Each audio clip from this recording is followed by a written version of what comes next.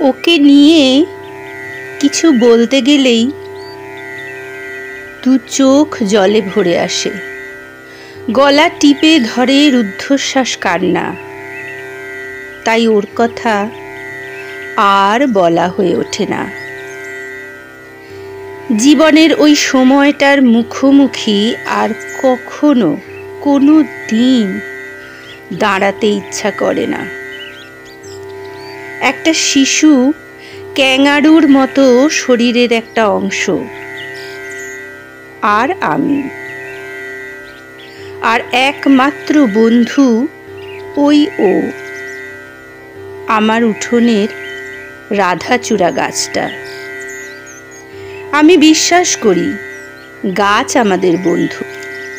Hello viewers, welcome to my channel UB story and poetry and welcome to my programme কবিতা পাঠের আসর।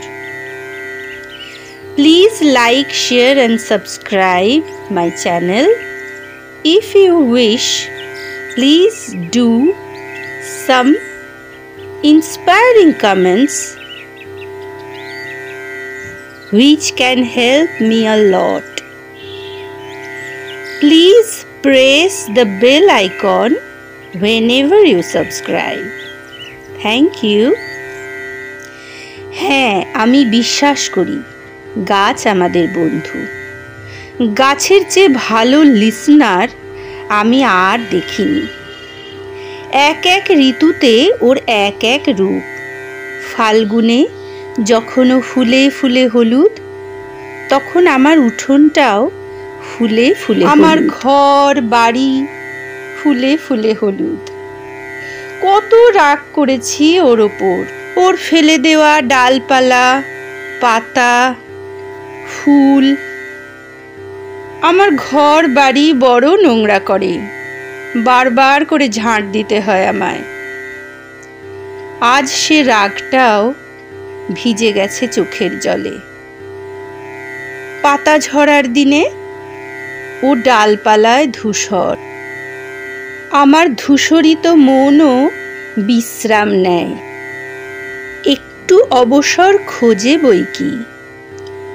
নববর্ষায় যখন ও উজ্জ্বল সবুজ, তখন আমার মনটাও সবুজ হয়ে ওঠে।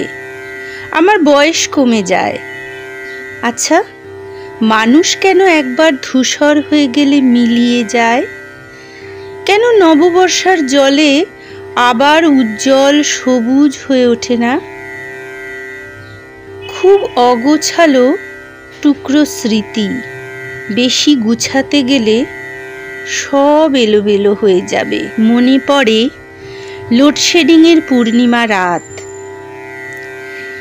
এই কসমোপলিটন শহরের বুকে দেখেছো কখনো? মানে চোখ দিয়ে না, মন দিয়ে অনুভব করেছো কেউ? এমনই কত রাত আমি আর আমার শিশুটি রাধাচূড়ার নিচে জলচৌকি পেতে বসে কত গল্প করেছি, গান গেয়েছি, নেচেছি। হ্যাঁ, নেচেছিও। ঘন্টার পর ঘন্টা গায়ে মেখেছি জ্যোৎস্না। সেই ভেসে যাওয়া রূপলি আলোয়, বহে যাওয়া রাধাচূড়ার বাতাসে আমার শিশুর হাত ঘুরিয়ে ঘুরিয়ে স্বতঃস্ফূর্ত নাচ আমাকে আজও পূর্ণ করে তোলে। ঝড় উঠলে আমি পাগল হয়ে যাই, নিজেকে ঘরে ধরে রাখতে পারি না, ছুটে বেরিয়ে যাই বাইরে। সেদিনও ঠিক এই রকমই হয়েছিল।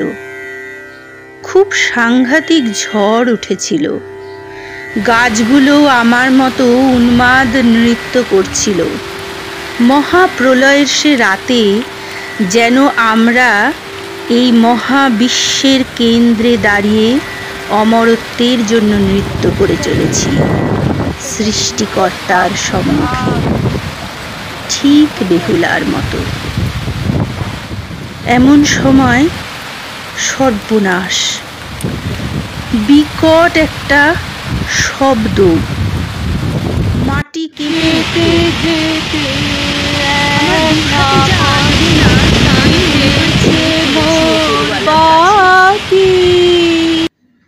কিছুক্ষণ আমি বোধ শক্তি হারিয়ে ফেললাম।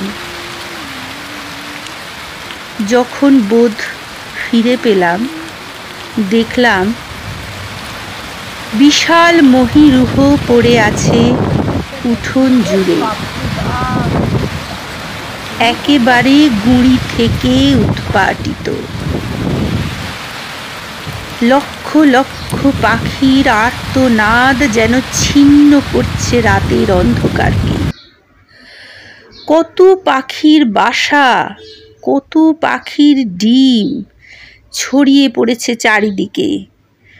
মনে হলো যেন খেলাঘর বাঁধতে লেগেছিল ওরা। তৃতীয় নয়নের রোষানলে সৃষ্টিকর্তা সব শেষ করে দিল। সেই পাঁজর ভাঙা কষ্টটা মোচড় দিয়ে উঠল আবার। বাকিটা ইতিহাস। আমফানের ঝড়ে নিয়ে গেল কেড়ে আমার রাধাচূড়ার প্রাণ। কর্পোরেশন তার মৃতদেহটা সরাতে সময় নিয়েছিল 15 দিন। সেই 15 দিন আমার কানে বেজেছিল, দাদা আমি বাঁচতে চাই, দাদা আমি বাঁচতে চাই, আমায় বাঁচা দাদা, আমায় বাঁচা দাদা, আমায় বাঁচা।